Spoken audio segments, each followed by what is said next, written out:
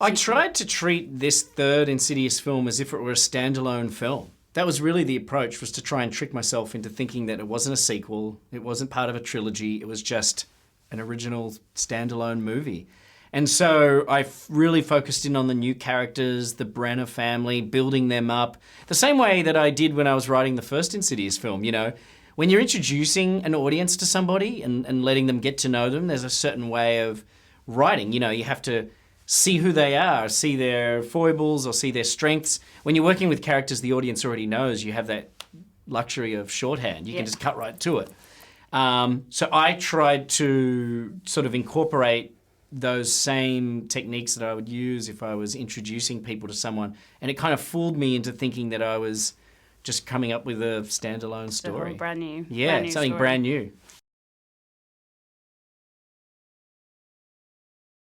Well, I've always wanted to direct something, you know. I figure it was one of those back pocket goals, you know. It was I wanted to do it one day, but I had the card in my back pocket and, you know, who knows when I would have pulled it out, you know. Usually what happens to me is a situation is kind of forced upon me rather than me volunteering for it. So I was asked to direct the third film, and it really put me in a weird position because I felt like I wasn't ready. I was like, and I basically did that for about 10 minutes, like, well, and then thankfully said, okay, fine. Yeah. And I'm so glad I did, you know, in hindsight. Yeah, for sure. I mean, you know, Elise's character was a shut-in, basically, you know, she wasn't leaving her house. And that was definitely a theme for me of just how sometimes grief in our lives can stall us. Yeah. You know, literally and metaphorically, it can stop us in our tracks and keep us from living. And so I feel like Quinn's physical condition with the casts on her legs and her inability to move around without a wheelchair, and Lin's sort of psychological inability to leave the house, they're really like literal representations of their emotional turmoil. Like they're unable to move on. Yeah. And so I wanted throughout the course of the film these characters to sort of break free of that grief that was holding them back, you know. So I'm glad you noticed that. Well, it's interesting you say that because, you know, maybe the next film could be centered around them. If there is a next movie, you know, maybe it could really focus on their backstory and how they came into it. But you know, it's funny with them because they're comedic characters. They're sort of the characters that bring a little bit of light to these sort of oppressive, dreadful films. And so, shouldn't say they're dreadful films. Films that are full of dread. Full of dread. Full of dread. Dreadful films, these films. But these guys, they kind of bring a bit of a levity to that. And so I feel like too much of them tips the balance of it. Yeah. Like, I don't want an Insidious film to be a horror comedy. Yeah. I want to keep it very much as a horror film.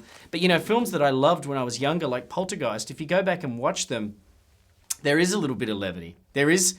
They weren't afraid, horror films that I grew up with anyway, they weren't afraid to have a little bit of humour in there. But not too much. It's kind of like baking a cake. You know, you got to put just a little bit in. You know, if you put too much of this ingredient or that ingredient, it just tips the whole balance off. And the last thing we want is a spoiled cake, right? Exactly. Exactly. Are we talking about cake? What are we? Now I'm hungry. Yeah, now I'm hungry. Great, awesome. And so, in a way, I want to tell the story of Specs and Tucker, but I also know that a little bit of them goes a long way. So we'll see what happens. For sure. I mean, I've written scripts in other genres that haven't been made yet. I've even written a kids' film, like kind of a animated Pixar-y type film, you know. And I co-wrote a comedy with a friend of mine that's coming out in September called Cooties. So I'm really starting to branch out into other genres. I'd love to do a sci-fi film. So hopefully over the next few years, if I'm lucky enough, I'll get the chance to work in these other genres, you know? Oh, God, there's so many. I mean, I love, off the top of my head, I love David Fincher films, David Cronenberg, all the Davids, basically. Lynch, Cronenberg. They're all the best ones. Yeah, Duchovny. You know, there's just so many filmmakers that I love. I mean, I love Judd Apatow films. I love Pixar films. You know, I'm so enthusiastic about movies in general that I almost feel like my life is this race against the clock to get it all done. Like, I'm looking at the clock and thinking, wow, how am I going to get my animated film done? You know, I've only got... It's not enough time. Yeah, I've only got, 15 more years before I'm decrepit, so I'm kind of like racing to get all these ideas out there, and I see things all the time that inspire me.